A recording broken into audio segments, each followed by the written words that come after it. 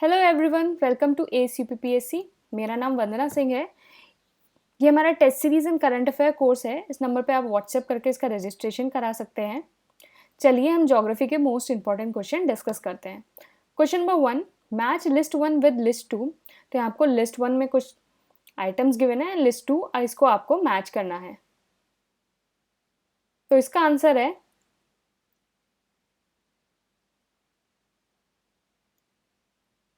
Answer B, 3124।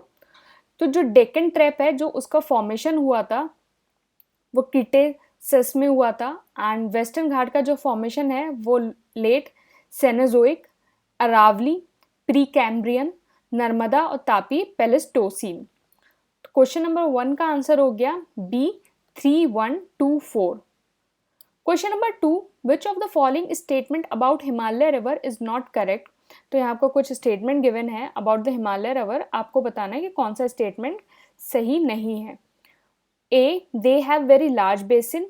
B, many of them pass through giant gorges. C, they perform very little erosion activity. D, over the plain they display a strong meandering tendency and often shift their beds. तो इसका answer है answer C, they perform very little erosion activity. तो ये statement बिल्कुल गलत है, क्योंकि जो हिमालय रिवर है, जो वो इरोजन एक्टिविटी है, बहुत ज़्यादा इरोजन एक्टिविटी परफॉर्म करते हैं। बाकी सारे स्टेटमेंट सही हैं कि उनका बेसिन बहुत लार्ज होता है और वो जाइंट जॉर्जेस के थ्रू पास होते हैं, और वो ऑफन जो है अपना जो बेड्स है उसको शिफ्ट कर लेते हैं।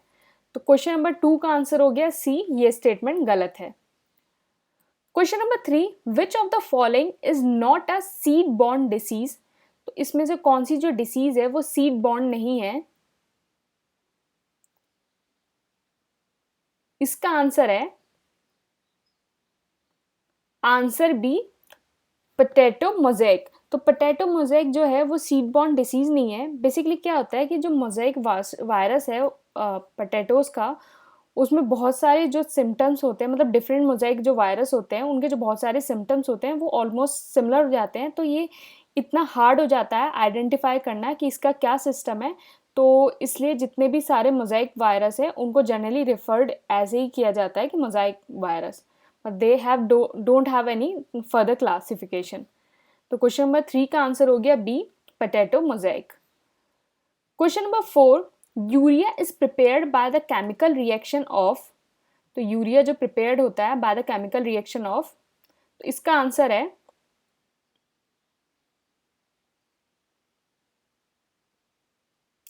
Answer B, ammonia and carbon dioxide. तो यूरिया जो प्रिपेयर्ड होता है वह by the chemical reaction of liquid ammonia and the liquid carbon dioxide. Question number 4 का आंसर हो गया B, ammonia and carbon dioxide. Question number 5. The paleomagnetic result obtained from India indicate that in the past the Indian mass has moved। तो जो हमारे पैलियोमैग्नेटिक result मिला है उससे हमें ये इंडिकेट हुआ है कि जो इंडियन मास है वो मूव्ड हुआ है किस तरफ। तो इसका आंसर है answer A, northward.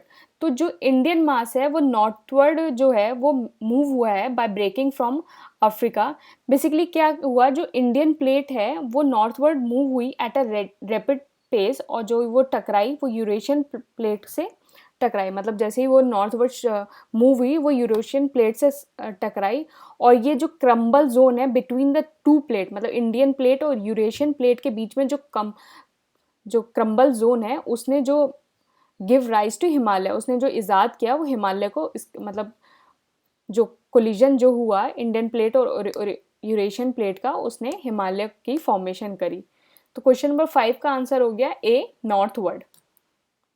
Question number 6, consider the following mountain range. 1, Karakoram, 2, Ladakh, 3, Zanskar, 4, Pir Panjal. Which of the following arrangement is correct according to their location from north to south. तो यहाँ आपको कुछ माउंटेन रेंज गिवन है और इसको आपको नॉर्थ से साउथ की डायरेक्शन में लगाना है। तो इसका आंसर है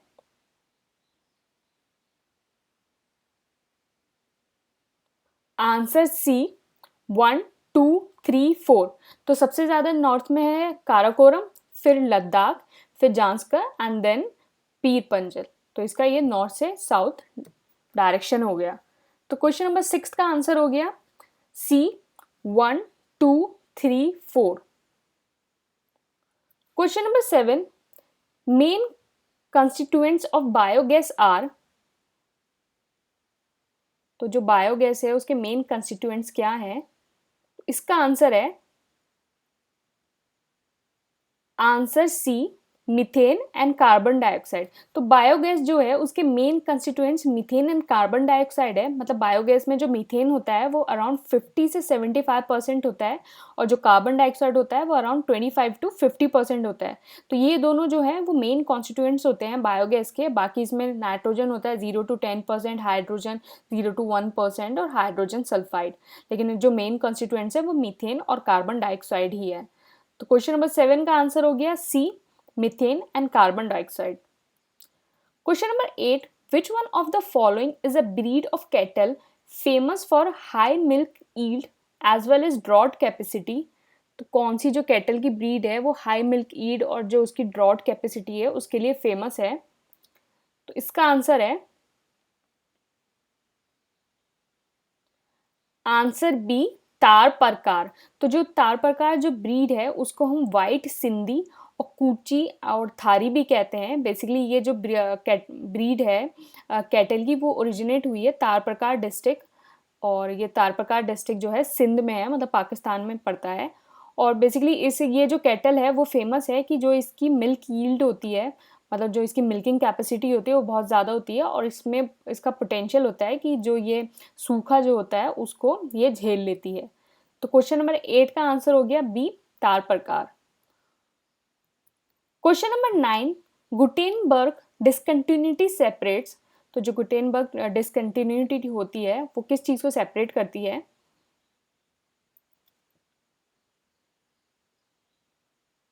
answer D inner metal and the core.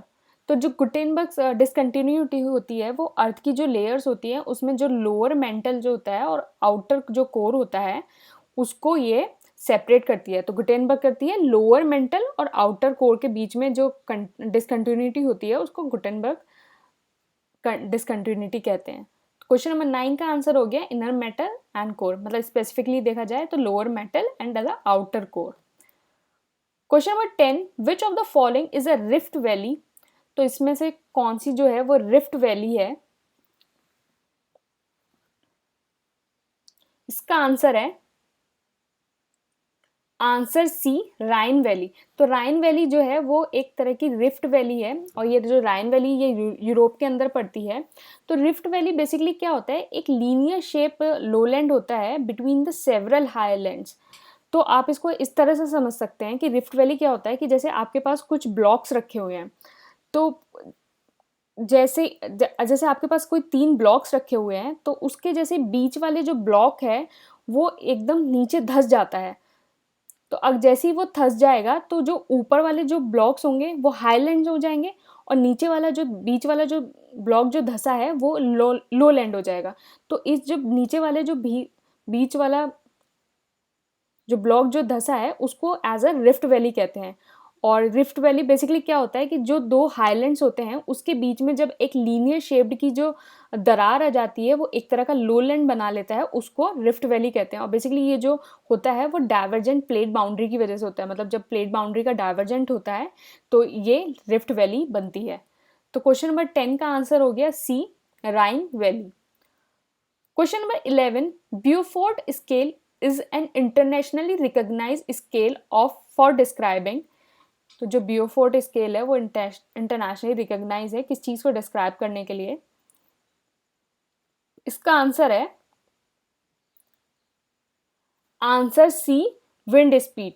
तो जो ब्यूफोर्ट स्केल होता है वो विंड स्पीड को मेजर करता है, और बेसिकली जो विंड स्पीड को मेजर करता है एट द सी और लैंड, मतलब लैंड और सी में जो विंड स्पीड होती है उसको ये मेजर करता है। क्वेश्चन नंबर 11 का आंसर हो गया C wind speed. Question number 12, the flat temperate grassland of the Hungarian plains are known as. तो फ्लैट टेम्परेट ग्रासलैंड जो है हंगेरियन प्लेट्स की, उसको क्या कहा गया है? इसका आंसर है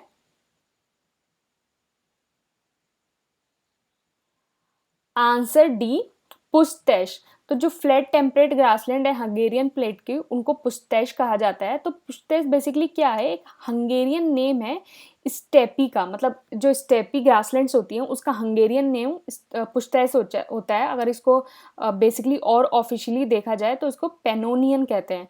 तो मतलब पेनोनियन स्टेपीज को पुश्तैश नाम है उसका, हंगेरियन नेम। तो क्वेश्चन नंबर 12 का आंसर हो गया D, पुश्तैश। Question number 13. Consider the following countries: Albania, Bosnia, Herzegovina, and Croatia, and Macedonia. तो इस which of these have Adriatic Sea as a boundary? तो आपको बताना है कि Adriatic Sea as a boundary इन कौन कौन सी कंट्रीज की है। तो इसका आंसर है आंसर सी, 1, 2 एंड 3। तो 1, 2 एंड 3 जो है वो बेसिकली कंट्रीज़ हैं जो एड्रियाटिक सी को बाउंड्री करती हैं। जो मैकेडोनिया है वो बाउंड्री नहीं करता है। तो बेसिकली जो एड्रियाटिक सी को जो कंट्रीज़ बाउंड्री करती हैं वो अल्बानिया हो गया, क्रोएशिया हो गया, बोस्निया हो गया, हर्जेगोविना हो गया, इटली हो गया, और स्लोवेनिया हो गया, और मॉन्टेनेग्रो हो गया। तो बेसिकली ये जो कंट्रीज़ हैं वो एड्रियाटिक सी को बाउंड्री करती हैं। ये क्वेश्चंस हैं, जितने भी मैप वाले क्वेश्चंस होंगे उनका मैप मैं आपको टेलीग्राम में उसी दिन पोस्ट कर दूंगी। तो आप टेलीग्राम को चेक कर सकते हैं फॉर ऑल द मैप्स, क्योंकि यहाँ पोस्ट करना सही नहीं रहेगा। तो आप टेलीग्राम में आप उसको चेक कर सकते हैं। तो क्वेश्चन नंबर 13 का आंसर हो गया C, 1, 2 and 3। Question number 14. The world major fishing ground are located along the eastern shores of continent between 40° north and 50° north latitude, where cool and warm current converge. An example or such area is, तो वो कौन सा major fishing ground है जो eastern slope पे, eastern source पे है continent के 40° से नॉर्थ से 50° नॉर्थ पे, जहाँ cool and warm current converge होते हैं, उस एरिया, वो एरिया कौन सा है? तो इसका आंसर है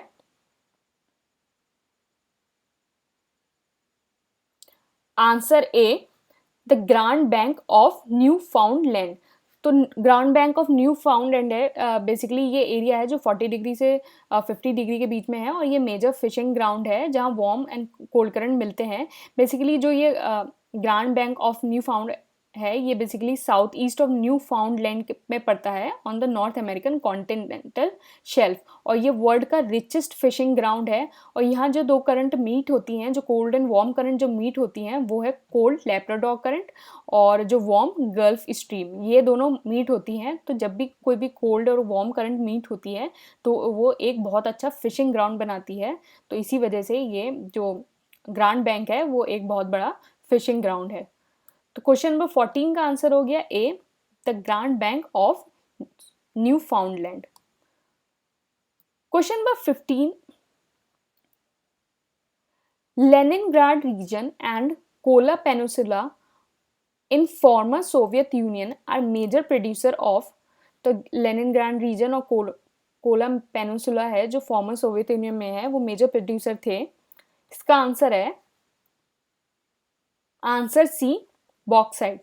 तो ये बेसिकली मेजर प्रोड्यूसर्स है बॉक्साइट के। तो क्वेश्चन नंबर 15 का आंसर हो गया C, bauxite. Question number 16. The principal cause of soil damage in Punjab and Haryana. तो पंजाब और हरियाणा के में जो सॉइल डैमेज होती है उसका प्रिंसिपल कॉज क्या है? तो इसका आंसर है answer D, salinity and water logging. तो सेलिनिटी और वाटर लॉगिंग की वजह से क्या होता है कि वहाँ जो जो सॉइल डैमेज होती है वो सेलिनिटी और वाटर की वजह से होती है। क्या होता है कि जब जो सॉइल होती है उसमें जो वाटर होता है वो एवेपोरेट हो जाता है। तो जब वो वाटर एवेपोरेट हो जाता है तो वाटर के अंदर जितना भी सॉल्ट होता है वो सॉइल के ऊपर एक लेयर बना लेता है। तो बेसिकली उसको कहते हैं सेलेनाइजेशन ऑफ सब सॉइल वाटर। और इसकी वजह से क्या होता है कि जो प्लांट होता है वो प्लांट को ग्रो नहीं होने देता। तो इसकी वजह से सॉइल डैमेज हो जाती है, वो क्रॉप जो है उस पे भी नुकसानदायक होती है। तो क्वेश्चन नंबर 16 का आंसर हो गया D, salinity and water logging. Question number 17, match list 1 with list 2। तो लिस्ट 1 में आपको कुछ लेक्स गिवन है एंड लिस्ट 2 में उनके एरियाज गिवन है, आपको मैच करना है। तो इसका आंसर है आंसर सी, 4, 1, 3, 2। तो जो वुलर लेक है वो फ्रेश वाटर लेक है of the Jammu Kashmir, Chilka lake Orissa में पड़ती है एंड लोकटक लेक मणिपुर, और नक्की लेक जो है वो माउंट आबू में है, जो माउंट आबू राजस्थान में है। तो क्वेश्चन नंबर 17 का आंसर हो गया सी, 4, 1, 3, 2। वुलर लेक जम्मू कश्मीर, चिल्का उड़ीसा, लोकटक मणिपुर और नक्की Rajasthan. Question number 18, blight the disease of potato can be cured by. तो ब्लाइट डिसीज जो है पोटैटो की वो किससे क्योर्ड हो सकती है? तो इसका आंसर है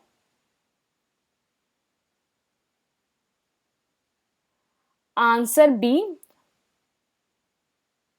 बोर्डो मिक्सचर। तो ब्लाइट डिसीज जो है वो बोर्डो मिक्सचर से क्योर्ड हो सकती है। बेसिकली जो बोर्डो मिक्सचर होता है वो एक मिक्सचर होता है कॉपर सल्फेट और calcium oxide in water.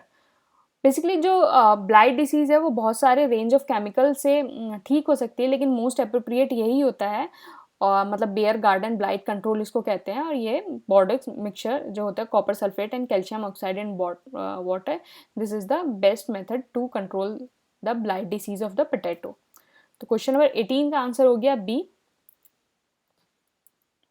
Question number 19, which one of the following Indian river does not have a delta at its egress. तो कौन सी ऐसी रिवर है जो डेल्टा फॉर्म नहीं करती है? तो इसका आंसर है आंसर ए, तापी। तो तापी रिवर है वो डेल्टा फॉर्म नहीं करती है। तो बेसिकली जो नर्मदा और तापी हैं वो वेस्टर्न रिवर्स हैं एंड ये वेस्टर्न रिवर्स और वेस्ट फ्लो करती हैं, और ये डेल्टा फॉर्म नहीं करती हैं। बेसिकली ये जो फॉर्म करती हैं वो एस्चुरीज फॉर्म करती हैं। तो क्वेश्चन नंबर 19 का आंसर हो गया A, Tapi, which does not form the delta but it's form the estuaries. Question number 20, which one of the following is the name of the very violent and the serious type of winds which bring a lot of disaster? तो ऐसी कौन सी wind है बहुत ही ज़्यादा violent और serious जो बहुत ज़्यादा डिजास्टर लेके आती है?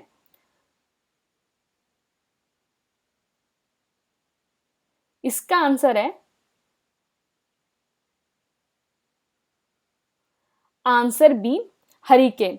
तो हरिकेन बेसिकली क्या है, एक लार्ज रोटेटिंग स्टॉर्म है विद जिसकी बहुत ज़्यादा हाई स्पीड विम होती है, और बेसिकली ये जो फॉर्म होता है वो ट्रॉपिकल एरियाज़ के वार्म वाटर पे फॉर्म होता है। बेसिकली हरिकेन क्या होता है, एक ट्रॉपिकल साइक्लोन है जो ट्रॉपिकल रीजन में इमर्ज होता है, मतलब over the warm ocean water, मतलब tropical region over the warm ocean water. तो ये ट्रॉपिकल साइक्लोन की टू कंडीशंस होती हैं, और बेसिकली ये ट्रॉपिकल साइक्लोन है, और जो नॉर्थ अटलांटिक में जब ये ओरिजिनेट होता है तो इसका नाम हरिकेन पड़ जाता है। तो अगर ट्रॉपिकल साइक्लोन नॉर्थ अटलांटिक में होगा तो उसको हरिकेन कहा जाता है।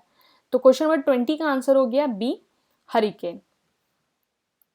ये हम टेलीग्राम पे क्विज कंडक्ट कराते हैं, डेली क्विज, तो आप टेलीग्राम ज्वाइन करके इस क्विज में पार्ट ले सकते हैं। Thank you and all the best.